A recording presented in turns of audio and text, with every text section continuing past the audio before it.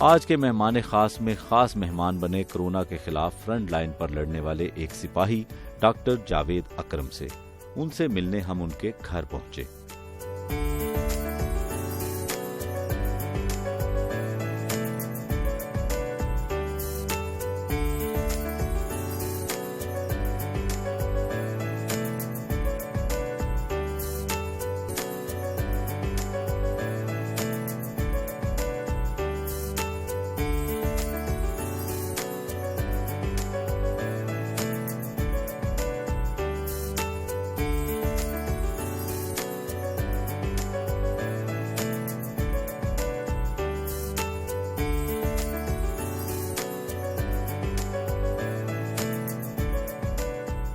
Doctor صاحب صبح کیا روٹین ہوتی ہے؟ کافی آپ خود بناتے ہیں، ہم نے دیکھا ہے۔ دیکھیں صبح جب اٹھتے ہیں تو ظاہر ہے سب سے پہلے تو اللہ کے نام سے اٹھنا چاہیے بھی، اور اللہ کا حکم ہے اس میں تو کوئی نماز میں تو چھوٹ نہیں ہے، چاہے آپ مرگ کے بستر پہ بھی ہوں گے تو نماز کی چھوٹ نہیں ہے۔ وہ ایک ایسا فرض ہے۔ حج، روزہ، بیمار ہیں نہ رکھیں، پیسے نہیں ہیں تو نہ کریں، زکوٰۃ نہیں دے سکتے نہ دیں، لیکن نماز ایسی چیز ہے کہ اس کی کوئی چھوٹ نہیں ہے۔ تو ظاہر ہے نماز سے ہم الحمدللہ ہم اٹھتے ہیں، تھوڑا سا قرآن پاک پڑھتے ہیں، اور اس کے بعد نیکسٹ جم کے کپڑے پہنتے ہیں جیسے پہنے ہوئے ہیں، کیونکہ جم میری زندگی کا اور میری بیگم کی زندگی کا ایک حصہ ہے، بہت امپورٹنٹ۔ تو اس سے پہلے ظاہر ہے آنکھ پوری طرح نہیں کھلتی کافی کے بغیر، کیونکہ ایڈکشن ہوئی ہے کافی سے، آج کی نہیں کئی سالوں سے، اور میں پیتا بھی صرف ایکسپریسو ہی ہوں، اور پریفر کرتا ہوں خود گرائنڈ کروں، خود اس کو ٹیمپر کروں، خود برو کروں، فریشلی گراؤنڈ اور فریشلی بروڈ کافی۔ اور سب سے بڑی اسٹرگل یہی ہوتی ہے کہ پاکستان میں اچھے بینز نہیں ملتے اور اچھی روسٹنگ والے، کیونکہ کافی ایک بہت بڑی سائنس ہے، اور کافی سے اگر آپ کو ایڈکشن ہو جائے تو میں سمجھتا ہوں کہ اچھی چیز ہے کہ میری اپنی تحقیق اور دنیا کی تحقیقوں نے شو کیا کہ کافی سے آپ بہت حد تک شوگر سے بچ سکتے ہیں، بلڈ پریشر سے بچ سکتے ہیں، اور کئی وائرل انفیکشن کرونا انکلوڈنگ اس سے بھی ہیلپ کرتی ہے۔ اس کا اینٹی آکسیڈنٹ افیکٹ ہے، ویزو ڈائلیٹری افیکٹ ہے، جو کہ بڑا ایک اللہ تعالیٰ کی نعمت ہے۔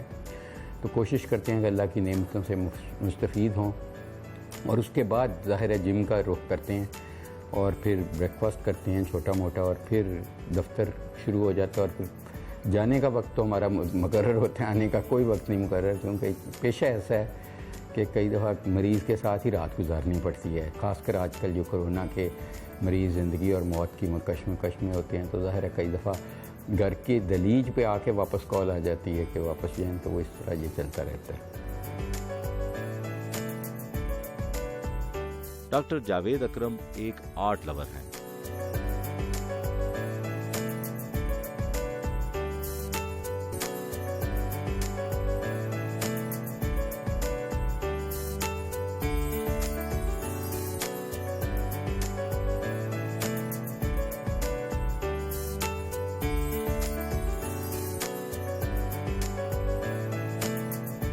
اور اپنے گھر میں بہت سے آرٹ پیس سجا رکھے ہیں۔ ڈاکٹر صاحب یہ آپ نے بڑا گھر کو خوبصورت بنانے کے لیے کوئی تاریخی چیزیں، یہ کچھ ہتھیار ہیں، کیا ہے یہ ذرا؟ یہ تاریخی نہیں ہے سر، یہ تو ابھی یوز میں ہیں، یہ کراس بوز ہیں، اور مجھے آبویسلی مریضوں کا علاج معالجہ کرنے کے علاوہ شوق ہے کچھ اسلحہ اکٹھا کرنے کا، مختلف قسم کے زمانے میں، جیسے وہ تلوار آپ دیکھ رہے ہیں، یہ کراس بوز دیکھ رہے ہیں، اور یہ ابھی بھی یوز ہوتی ہیں، اور میں کافی جب مجھے ٹائم ملتا ہے تو ان کو یوز کرتا ہوں، اور ٹارگٹ لگا کے تو پریکٹس کرتا رہتا ہوں۔ اسی طرح ہینڈ گنز ہیں میرے پاس کافی، گلاک بھی ہے، بریٹا بھی ہے، اس طرح کی وہ بھی پریکٹس کرتا رہتا ہوں۔ تو یہ شوق ہے، کسی کو مارنے کا شوق نہیں ہے، بچانے کا ہی شوق ہے، لیکن یہ شوق ہے کہ اگر خدا نہ خواستہ کبھی کوئی دشمن ایسا ہو کہ جو مارنے کے قابل ہو، کیونکہ پاکستان کے بہت دشمن ہیں، یا کسی دین کے جو دشمن ہیں تو ان کو مارنے کے لیے میں استعمال کر سکوں، تو اس لیے میرا خیال ہے پریکٹس میں رہنا اور ان شوق کو پورا کرنا ایک اچھی چیز ہے۔ مجھے وہ تھوڑی دیر کے لیے اپنی ٹینشن سے یہ شوق دور لے جاتے ہیں۔ تو ڈاکٹر صاحب تلوار بھی آپ نے رکھی ہے، تلوار بازی آپ کو آتی ہے؟ تلوار بازی بالکل نہیں آتی، میں کراس بوز اور ہینڈ گنز کا میں شوقین ہوں، میں باقی گنز کا شوقین بھی نہیں ہوں۔ رائفلز وغیرہ کا وہ میرا نہیں شوق، میرا پیورلی ہینڈ گنز کا مجھے شوق ہے۔